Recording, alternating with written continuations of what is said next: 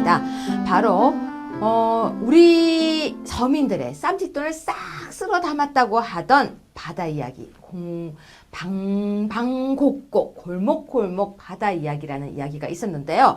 많이 기억에서 가물가물하실 겁니다. 그 당시에 노무현 전 대통령의 직계 가족도 바다 이야기를 차려서 돈을 벌었다, 이런 이야기가 있었습니다.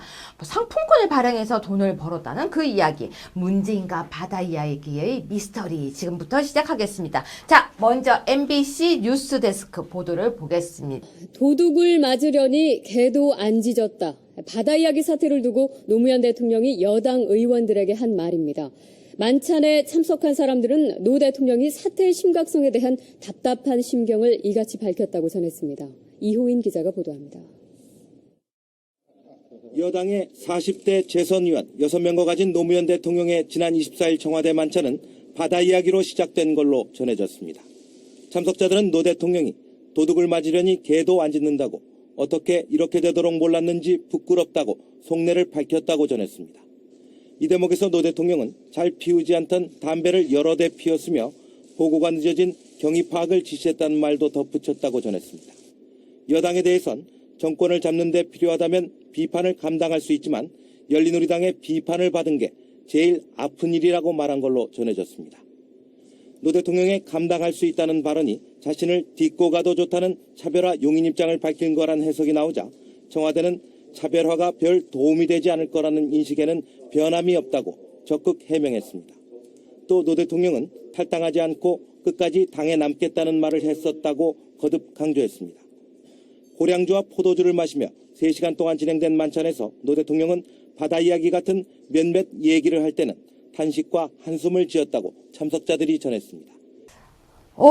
2006년 8월 28일 뉴스 보도네요. 아주 오래된 이야기였기 때문에 저도 많이 잊어버린 것 같습니다. 노무현 대통령이 바다 이야기를 할 때 담배까지 피면서 창피하고 부끄럽다, 이런 이야기를 했었는데요. 왜 이런 말을 한 겁니까? 바다 이야기가 지금은 생소할지는 모르겠지만 당시는 거의 광풍이었거든요. 근데 상당했어요. 그게 수산물 시장인 것 같아요. 그 수산물 시장이 아니라 이게 뭐 고래 왔다 갔다 하고 수산물 왔다 갔다 하긴 하죠. 그런 느낌이 들어요. 그러니까 고래 왔다 하고 상어 때문에 이제 또 대박이고. 그러니까 뭐예요 이거 지금 뭡니까 이거? 뭐 오락기면 저도 해보진 않았죠. 그런 거 안 하니까 해보진 않은데. 그게 아니라 이때 예. 너무 어렸던 거 아니에요? 그때 제가 20대였는데. 아, 그렇군요. 그쵸. 계속 설명해 주세요. 제 나이가 있습니다. 네네. 근데 이제 그때 하다 보니까 이제 워낙 이게 매출이 거의 수십조였거든요. 네. 지금 일각에서 한 35조에서 63조까지 됐다고 추산을 하고 있는데. 수십조요? 그렇죠. 근데 또 아시잖아요. 이런 도박이라든가 사행성 사행 같은 경우에는 마진율이 상당하잖아요. 이게 원가가 뭐가 들어가요? 오랜만에 들었어요. 마진율. 그렇죠. 그러니까 남는 거. 그냥 기계만 설치해 놓으면은 그냥 그야말로 돈을 벌어드는 거니까. 아니 근데 그 전기세가 당시에 나가니까. 노무현 대통령이 왜 개입이 된 겁니까? 그런데 이제 워낙 이렇게 사행성이 많은 사업이고 마진율이 좋다 보니까 그만큼 누군가가 뜯어먹을 게 많다는 얘기죠. 그래서 좀 들여다보니까 온갖 사람들이 다 관여돼 있었죠. 심지어는 자기 조카까지. 잠깐만, 노무현 전 대통령의 조카도 여기에 관여됐었습니까? 조카가 그 회사의 영업이사로 개입돼 있다라는 네. 얘기까지 나오니까 대통령 입장에서는 답답하죠. 내가 부정부패를 척결하겠다, 쇄신하겠다라고 했는데 뭔가 문제가 터져서 제대로 조져봐야지 했는데 자기 조카가 들어가서 영업이사네. 야, 답답하죠. 야, 그랬는데 노무현 전 대통령의 조카 노지원 씨가 MBC 뉴스가 자신이 지코프라임의 인수합병 과정에서 모종의 역할을 하고 그 대가로 스톱 옥션을 받은 것처럼 일반인들이 인식하게끔 하여 명예훼손 고소를 했다. 그렇다면 뭐예요? 이거 잘못된 거예요? 그러니까 이제 일각의 의혹이 부풀어오기 시작한 거죠. 야, 네. 대통령 조카까지 거론된 회사다. 네. 해서 뭐 거기서 뭐가 있다더라. 돈을 많이 벌었다더라. 당사자 발끈해야 되잖아요. 네. 그래서 고소를 했죠. 그렇죠. 근데 법원의 판결이 참 재밌어요. 뭐라고 법원의 했습니까? 판결은 기자들이 그 사실이 진실이라고 믿었거나 진실이라고 믿을 만한 상당한 이유가 있다. 상당한 이유요? 그렇기 때문에 손해배상할 필요가 없다. 기자라면 당연히 그렇게 믿고 기사를 쓰는 게 맞다, 정당하다라는 거죠. 이 지코프라임이라는 회사가 상당히 재밌는 게 저도 처음 말씀드리는 건데 제 친구가 여기를 다녔어요. 컴퓨터 프로그래머였거든요. 네. 미안하다 친구야. 근데 그 친구가 회사를 몇 년 다니면서 네. 수십억을 벌었어요. 그리고 이제 지코프라임 이제 인수합병되고 상장 과정을 다 보고 있었는데 저한테 술 먹으면서 얘기를 하더라고요. 야, 나 같은 말단에도 수십억을 챙겼는데 진짜 5만 놈들 달라붙어서 엄청나게 챙겨 그 먹더라. 친구 지금도 잘 살아요? 지금 그 돈 갖고 사업하다 뭐 쫄락 망해서 지금 힘들죠. 원래 그래요? 도박으로 번 돈은 도박으로 나가더라고요. 그건 맞아요. 예. 공짜로 받은 돈은 공짜로 또 맞아요. 나가요. 예. 예, 그러니까 그렇게 일반인들이 그렇죠. 그러니까 그 같이 회사의 사람들만 인식할 만큼 이게 돈이 너무 줄줄 새고 있는 건데 네. 그걸 기자가 안 쓰는 건 말이 안 된다는 거죠. 법원에 헛소리 하지 마라. 분명히 냄새 난다. 그러니까 기사가 쓴 건데 왜 명예훼손으로 헛소리를 하느냐. 그렇게 그런데 판단했다는 거죠. 단순히 형의 아들 조카가 바다 이야기와 관련돼서 노무현 전 대통령이 답답하고 미안하다고 한 겁니까? 그렇죠. 조카만 개입됐으면 아유 우리 집안에 망나니는 안 했겠죠. 그렇죠. 그리고 조카인데 뭐 어느 정도 넘어갈 수 있지 않아요? 그런데 자기 그런데. 형까지 바다 이야기 업장을 유지를 했다라는 누구요, 의혹까지 누구? 나오니까 노근평? 우리 그렇죠 봉화대군 그분께서도 바다 이야기 영업장을 그럼 운영하면서 돈을 노근평 벌었다. 형도 그게 관련돼 있습니까? 그렇죠. 그러다 보니까 당시에 이제 이양구 전 의원님께서는 이 바다 이야기 사건 말로 노무현 정권 부정부패의 가장 큰 핵심이다. 라고 정면으로 치받을 만큼 이게 상당히 큰 문제가 됐었던 거죠. 근데 이건 어떻게 정리가 됐죠? 유야무야.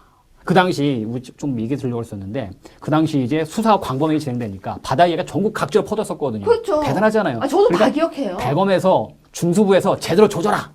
아, 그런데 중수부에 갖고 그리고 이 수사를 총괄하는 사람은 우리의 최동욱 수사팀장을 맡아가지고 제대로 한번 조져봐라. 그죠? 내려보냈어요. 예. 그리고 뭔가 구속하고 시작했어요. 근데 그냥 끝나버리더라고요. 용두삼이. 왜? 정권의 실수애들은 아무도 개입되지 않았었고 우리 애들은 결국 관련된 것이 없었다. 그냥 밑에 잔챙이 몇 명만 구속되고 기소돼서 끝나버리고 사건은 그대로 유야무야 잊혀져 버렸죠. 아, 잠깐만요. 그렇다면 바다 이야기의 가장 큰 문제점이 뭐였습니까? 우리나라 사람들이 도박을 좋아하잖아요. 우리나라는 강원랜드도 있잖아요. 그러니까 그래서 강원랜드 거기만 하라고 제안해줬잖아요. 이 그렇죠. 바다 이야기를 쉽게 말씀드리면 강원랜드 분점을 전국 골목 깔아준 거예요. 그럼 이해가 확 되시죠? 왜요? 왜 깔아준 거예요? 마진율이 좋지 않아요. 근데 그건 허가해 준 거예요? 그렇죠. 누가? 정부에서. 에? 진짜요? 자, 그러면 좋아요. 문재인 후보와 바다 이야기 미스터리는 무슨 말이에요, 또? 자, 그러면 이제 이 매출만 해도 30조니 60조니 얘기가 나오기 시작하고 말씀드렸듯이 마진율이 너무 좋다 보니까 뜨는 돈이 많아요. 그럼 분명히 누군가가 여기에 대해서 달려들어서 돈을 뜯어먹을 거 아니에요. 민정수석이 하는 일은 그렇게 부정부패가 있을 경우에는 감시하는 역할이죠. 그렇죠. 그런데 그 당시에 그래서 민정수석. 우병우 수석도 그렇죠. 지금 계속 문제되는 게 그렇죠. 그거 아니에요? 그러니까 우리 정권에서도 사실 김기춘 실장 하면 왕비서실장 아니냐. 우병우 수석 왕수석이다. 힘이 있다. 뭐 왕이 그렇게 사정 라인. 많아요. 그러니까 사정 라인을 총괄한다고 얘기를 하고 있잖아요. 그렇죠. 그 당시에 사정 라인을 총괄하고 모든 것을 알 수 있었던 사람이 바로 우리 문재인 후보님이시죠. 그렇죠. 근데 그 당시에 그럼 민정수석을 2번이나 하시고 비서실장 하셔가지고 가장 참여정부 당시 모든 정보에 대해서 가장 정통할 것이고 사정 라인을 완전히 쥐고 있을 것이고 정보에 대해서도 가장 잘 알고 근데 왜 이 사건 몰라요? 몰랐대요. 그럼 지금 우병우 수석과 다를 게 하나도 없잖아요. 그러니까 여기서 하고 싶은 말이 지금 얘기하는 게 최순실의 국정농단에 대해서 몰랐다고 막 비난을 하잖아요. 몰랐다는 세상에 어떻게 왕 실장이 모르냐. 몰랐다면 거짓말하는 거고 알았다면은 이게 방임한 거 아니냐. 똑같은 얘기가 적용될 수 있을 것 같아요. 아니 문재인 실장이 이 바다 이야기가 그렇게 관여했다는 것을 몰랐다면 일을 제대로 안 한 거고. 근데 그때는 왜 아무도 문제 안 삼았어요? 그러게 말이에요. 그 당시에는 제대로 한번 커지는 듯 하다가 그대로 그냥 사그라져 버렸어요. 이때가 2006년도죠. 제가 이때 독일에서 공부할 때였어요. 근데 저는 독일에서 기사로 우연히 봤어요. 네. 근데 마무리가 없었단 말이에요. 마무리는 뭐 몇 명, 한 4, 50명 정도 구속이 됐고, 네. 한 130명 정도가 기소되는 걸로 끝나긴 했었는데, 대부분 다 그냥 잔챙이들이죠. 자, 그래서 모래시계 검사 출신 홍준표 후보가 바다 이야기에 대해서 말을 던졌습니다. 뭐라고 했습니까? 노무현 정부 시절 바다 이야기를 기억하느냐? 서민들의 돈을 훔쳐서 조 단위의 돈을 모아갔는데, 말씀드렸잖아요. 35조에서 63조 정도 되는 돈이었고, 아까 들을 때 무슨 말인지 몰랐어요. 그게 돈 얘기였어요? 경부 그 상품권 아니, 발행된 몇천억 매출이 이게 아니고 조? 35조에서 63조로 추산되고 그거 있어요. 얼만큼 많은 돈이에요? 평생 새도 못 본 세세요. 적 있어요? 아이, 본 적도 없죠. 그걸 어떻게 보겠어요? 조는 쌀, 조 이런 거 아니에요? 글쎄, 지구상 인구가 60억 명 정도 되는 거니까 그 사람들한테 1호씩 주면 되겠네. 그래도 야, 자, 조 그래서 단위 돈이 어딘가 흘러갔죠. 그래서요. 홍준표 우리 후보가 뭐라고 얘기했습니까? 집권하면 가장 먼저 이걸 밝히겠다. 누가 그 돈 가져갔는지 철저히 밝히겠다. 아니 밝혀야 될 게 지금 여러 개가 있는 것 같아요. 그렇죠. 하실 많으세요. 그때 뭐 무슨 달러 몇 달러도 또 밝혀야 된다고 하잖아요. 그렇죠. 우리 뭐 관련되고 많이 있죠. 그쵸, 그 많죠. 당시에 뭐 무슨 뭐 한 일이 있으면서 뭐 이제 홍준표 우리 후보님의 표현을 빌자면 대장이 네. 뭐 하는 바람에 묻혔던 사건. 640만 달러 사건도 우리 한번 건드려봐야 될 것이고 네. 이 바다 이야기도 한번 건드려봐야 될 것이고 할 네. 게 아주 많죠. 아 근데 정말 과연 몰랐을까 이런 것도 밝혀야 되지 않아요? 그렇죠. 만약에 알았는데도 모른 척했다면 이거는 직무유기고. 그런데요. 알았는데 몰랐는지 몰랐는데 몰랐다고 하는지 그거 어떻게 구분해요? 그 당시 보고 라인 체계가 있을 텐데 그걸 몰랐겠어요. 아 근데요. 가끔요 저는 이게 참 어려울 때가 있어요. 알고 몰랐다고 할 때하고 모르고 몰랐다고 할 때가 구분이 안 될 때가 좀 있는데. 구분 안 해도 되는 게 알고도 모른 척했다면 직무유기고. 알만한 지위 있는 사람이 알고도 몰랐다고 한다면 직권남용.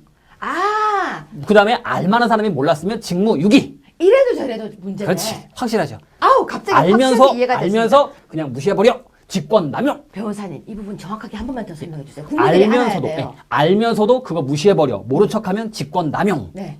알만한 사람이 몰랐으면 직무유기. 둘 다 죄네요. 확실하죠, 이제? 갑자기 확 이해가 됩니다. 그럼 계속해서 검찰이 당시 노무현 대통령 조카를 비롯해서 바다 이야기 수사를 했어요. 그래서 결과가 나왔다고 해요. 자, 한 번 더 마무리해 주세요. 한 번 더 마무리. 45명 구속 기소. 80여 명 불구속 기소. 그럼 145명을 기소했지만 잔챙이들 뿐이 없다. 정권 실세들은 분명히 냄새는 나는데 아무도 개입되지 않았고. 꽁치도 아니고 멸치만 잡았군요. 그렇죠. 아유, 갑갑하죠. 참치도 아니고. 이건 밝혀야 돼요. 이건 바다 이야기야말로만큼 이건 정말 그 당시에 조단위 돈이 누구한테 흘러갔는데 그 돈이 어디 갔는지도 모르고 그 돈은 어디 갔을까. 그러니까 바다 이야기니까 상어도 아니고 그렇지. 참치도 아니고 그렇죠. 꽁치도 아니고. 바닷속에 들어간 것도 아닐 텐데. 자, 그런데 변호사님 지금 이 사건을 수사를 과연 할 의지가 나중에 있을까요? 이건 정권 실세들 관련됐기 때문에 그야말로 정권이 바뀌어가지고 제대로 수사를 해야 되지 않을까 싶어요. 공소시효는요? 공소시효 뇌물 액수에 따라 틀린데 요거는 크니까 남아있지 않을까 싶은데요. 이거 뭐 조 단위 금액인데 몇 천억 조 단위 금액인데 아직 조금 남아있을 남아있을 거예요. 것 같은데요. 자, 그렇다면 국민들이 알아야 될 것 같습니다. 무엇을 알아야 되냐면요. 정말 그 당시에 그 돈이 어디로 갔는지. 그렇죠. 그렇지 않습니까? 자, 노무현 전 대통령 시절 방방곡곡에 퍼졌던 바다 이야기라는 서민들이 도박 중독에 빠졌다고 했던 그 당시 정권 실세가 있지 않았을까라는 의혹도 따라다니고 있던 바다 이야기, 바닷속으로 들어갔을까? 어디로 갔을까요? 그 돈은 어디로 갔을까? 우리 찾으러 갈까요? 그래야죠. 네, 다음 주에도 우리 다음 갖고 주. 있는 거 많죠? 많죠? 많이 하나하나 들고. 풀어야죠. 하나. 이게 지금 우리가 이야기할 게 굉장히 많은데 다 풀지 못하니까 너무 답답한 것 같아요. 많죠? 많다는 그렇습니다. 거 이야기하면서 네. 다음 주에 뵙겠습니다. 고맙습니다.